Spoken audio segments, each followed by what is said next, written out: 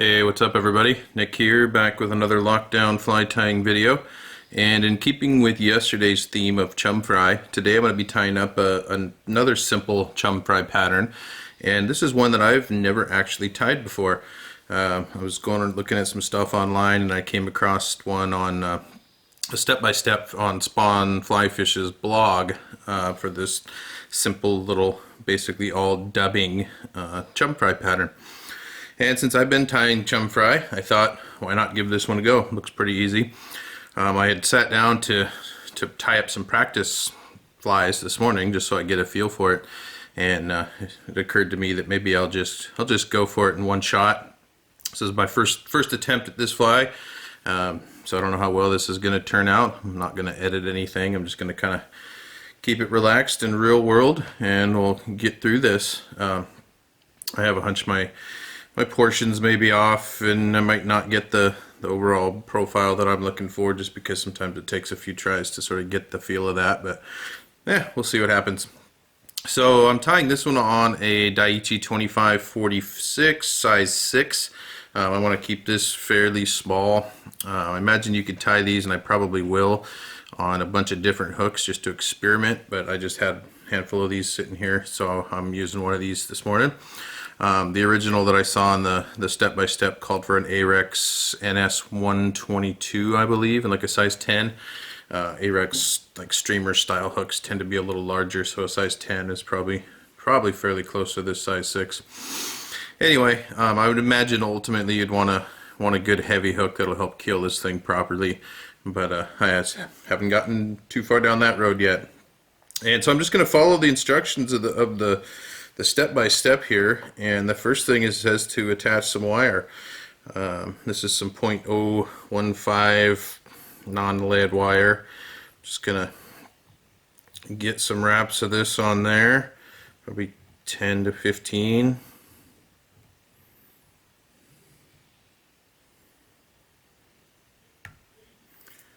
Looks good enough.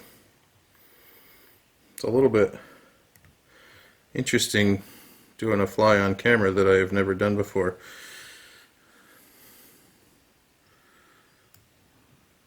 Curious to see how this goes. So this is basically, this whole fly is tied out of dubbing in colors made from Spawn Flyfish. It's their Salish Sea collection of semi-sealed dubbing. And I'm going to do some wraps kind of at like a 45-degree angle over this lead.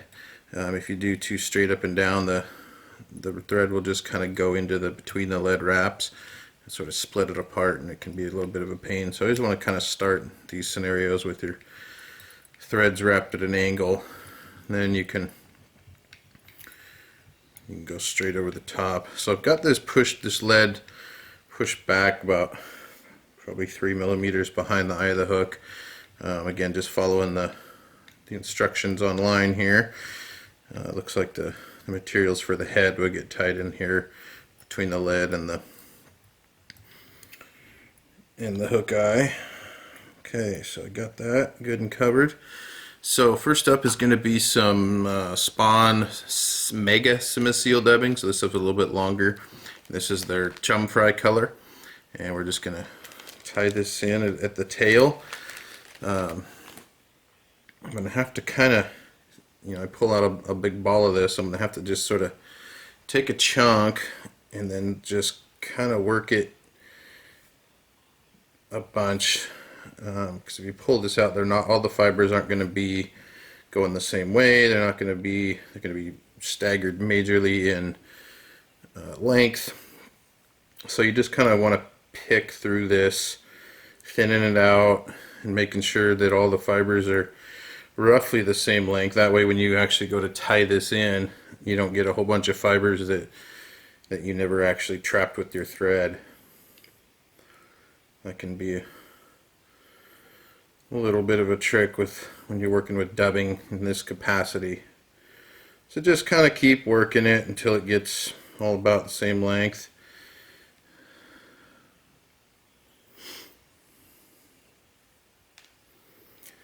Again, my portions are probably going to be off. Everything's going to be a little bit off. Now the instructions say to have this go quite a ways back behind the tail, about as far as you can get it. So we'll just shoot for that and see what we end up with. Just tying this in right on top.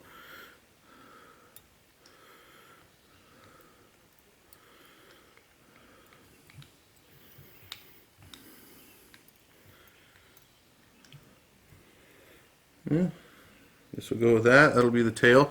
This would be a real good spot to put some glue into this material and through the thread wraps. However, I did not bring any glue over here, at least not my Sally Hansen's. But I think in general I would probably put a layer of Sally Hansen's at this point, let it really get in there and get those dubbing fibers trapped down and soaked in there and good, because I have a hunch this could be fairly durable or fairly non-durable fly. We'll see. Next up, I'm going with some white and silver dubbing from the Sailor Sea collection. Again, just following this step by step. And with this, I'm gonna dub it right onto my thread. I'm not gonna make a dubbing loop. Looks like I'm just gonna dub and wind up an underbody basically. So this doesn't have to be super pretty. It's just going to be some white and silver kind of shining through. So I'm going to use some dubbing wax on my thread. Just I find with this particular the semi-seal that helps me, since I don't do a ton of this kind of dubbing work. So I just got that dubbed. I think I'm just going to use my vise here to get this wrapping forward.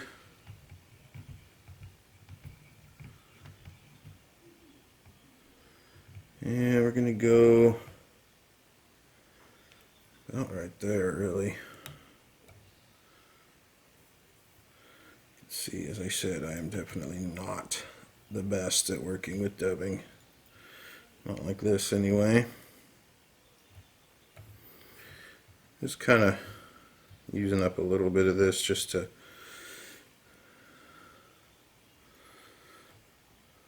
not too much there.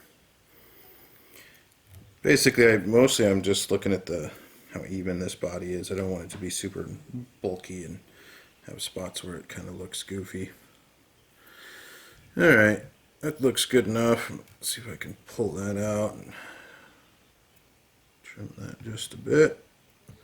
Again, this doesn't look like it really needs to be super pretty, as it is just the underbody. So next we're going back to the Chum Fry Sailor Sea collection. I'm going to do kind of the same thing that I did before. I'm going to take a clump of this and just work it through. So basically, according to the instructions, this is going to get tied in right behind the eye of the hook. And it says to veil it towards the back to get to help with the profile. Now, when he says veil it, I'm not 100% sure if he means to reverse tie it. So I would tie it in with everything heading forward and then fold it back. I do that a lot with saltwater baitfish patterns. Or does he just mean to tie it on top of the hook shuck and kind of use your thumb to sort of manipulate it around the hook a little bit? So I am not 100% sure. Just thinking I might try reverse tying this first. So I'm just going to tie it in the opposite direction that I ordinarily would.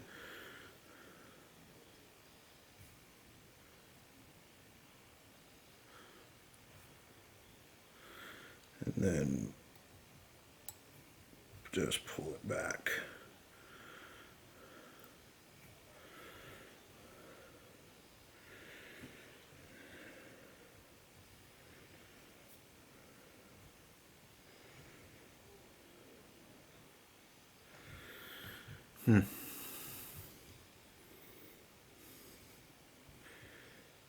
Thinking just by looking at the way this turned out,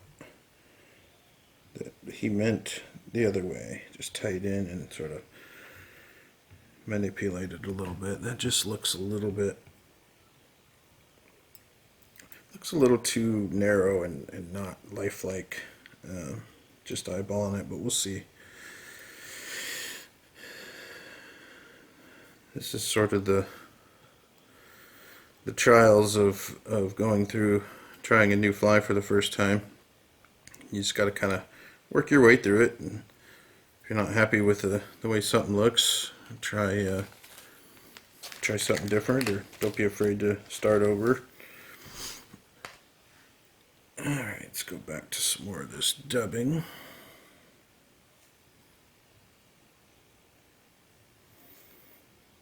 Suppose I could just call Josh.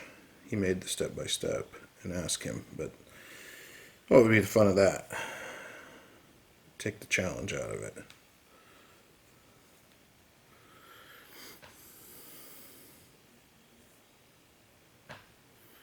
So I'm just picking this dubbing. I want this one to be a little more full than the piece I had before there.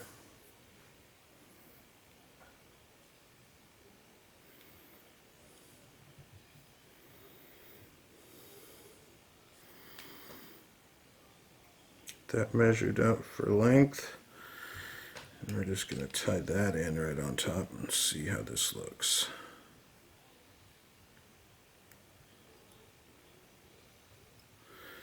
Yeah, see how you can kind of use your thumb to sort of spread that out on top of the hook, so it's almost wrapping the side of the hook. To me, it just gives it a little more depth.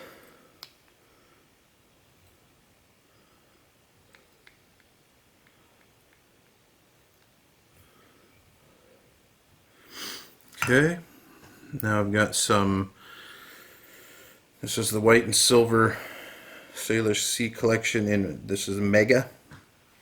So this is a little bit longer than their standard dubbing. It's not a ton longer, but it is a little longer.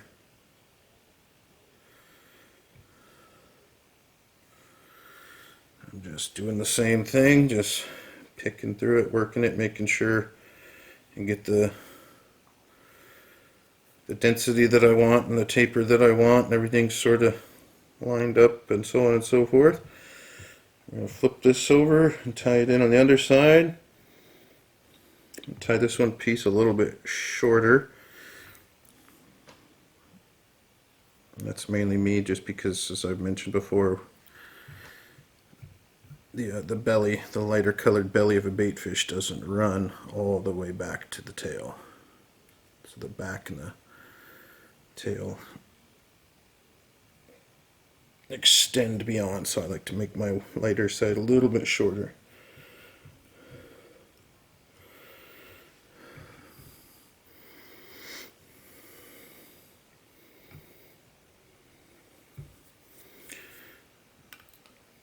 Already tell I'm not 100% happy with the taper, but not too terrible for a first go at it. So now I'm just sort of building some head wraps here, some thread wraps on the head, and I'm gonna do a whip finish.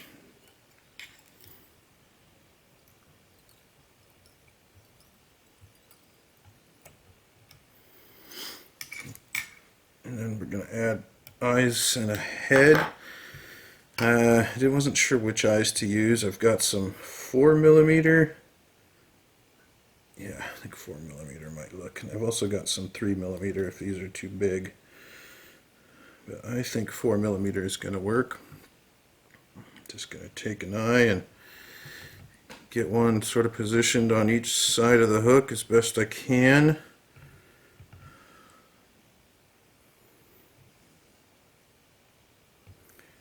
These don't want to stay put. You can always use some super glue. You can see that one is trying to make life difficult for me. What happens is these little tiny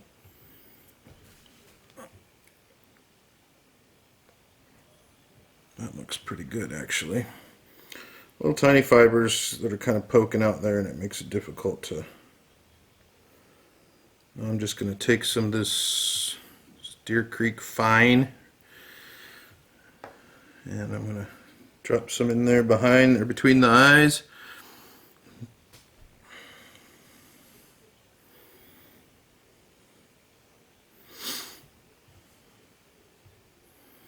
I like to just go top and bottom to start out with. It really helps to get those eyeballs secured, and then you can go from there. Put some between the eyes, let it soak a little bit.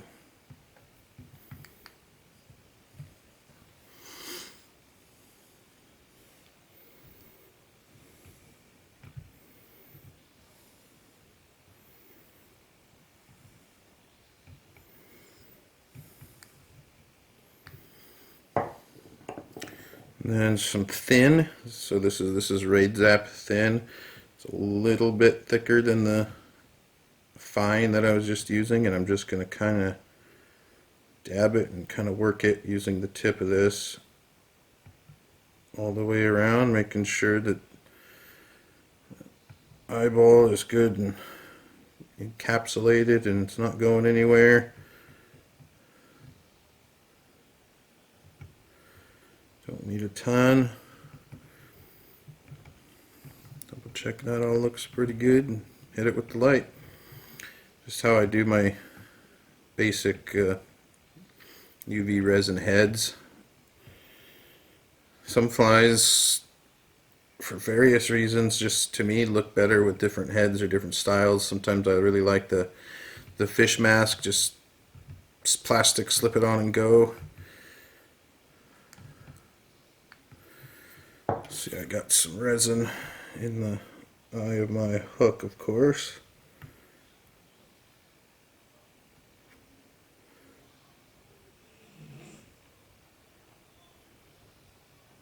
Probably shaking the camera doing this. Just taking my bodkin needle here and just working it through. Just do that now, because if I don't, it'll annoy me on the water.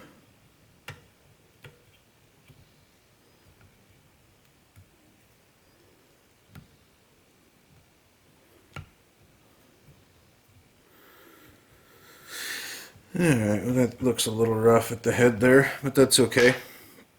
So there we go. I can just, my thought process here tying this for the first time, I think I would make the tail longer. In his step-by-step it actually says to make that tail about as long as you can get it using the materials. That would help with a little more length, a little more taper. Still not 100% happy with the way that body looks. I might need to use a little more dubbing on the top, and possibly a little more on the belly, and really make sure to sort of flare it and roll it with my thumb. But this would fish just fine. Last step I'm going to do is just add some par marks. You certainly don't have to. Chum fry have par marks, and